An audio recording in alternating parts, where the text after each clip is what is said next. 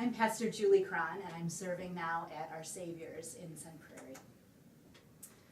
About a week ago, I was reading a book called The Other Wes Moore. And in it, Wes Moore was describing his training to be a paratrooper.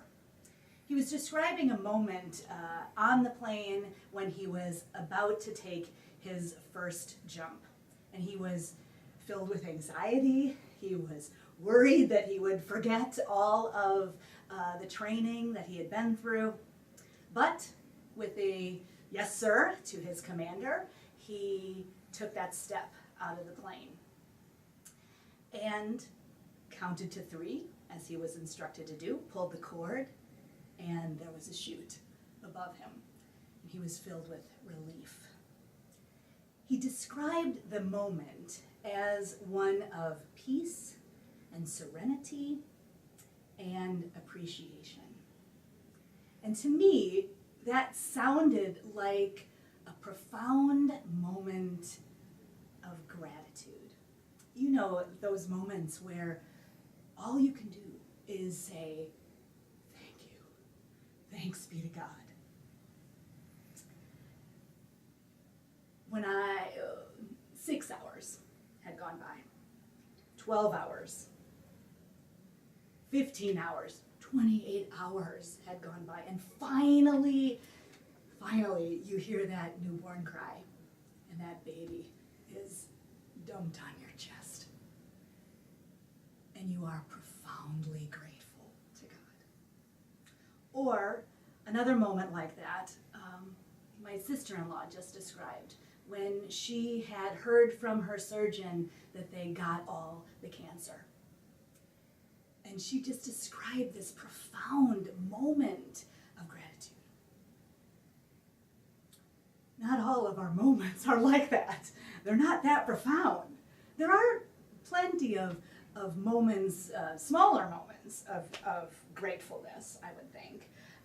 When you hear from a friend that they will pray for you, that is a moment where you're grateful you're not alone and you're grateful to God for that person. Or you get a drawing. It's really just scribbles. You can't even tell what it's supposed to be, but it was given to you in love and you're grateful to God. Or when my colleague and I start the morning with a belly laugh, we're both grateful to God.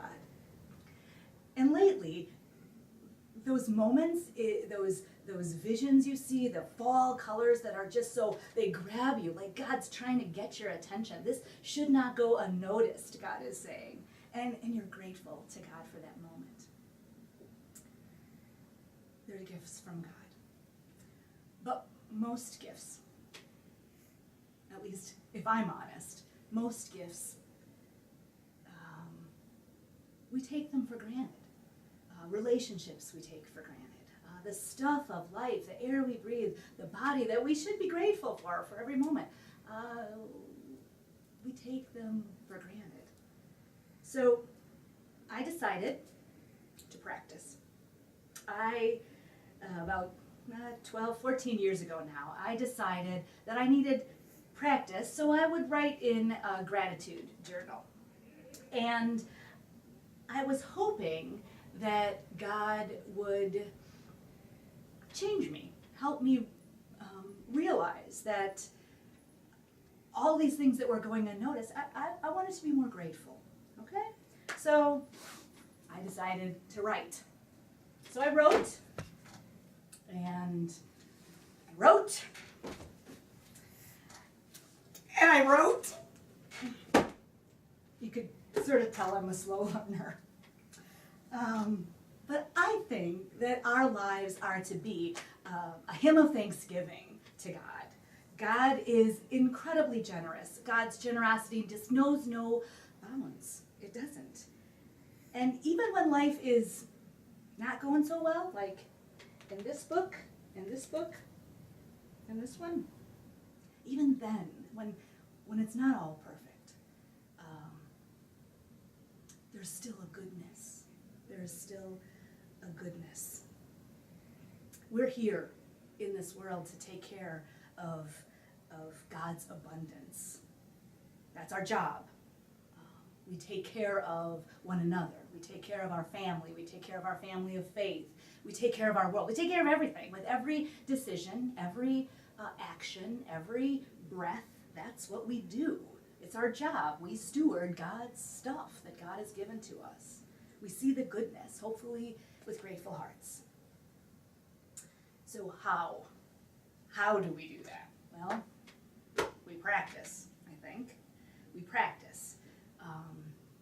I want you to take a few moments tonight to think how you do that together as a community of faith. How do you grow that gratitude quotient?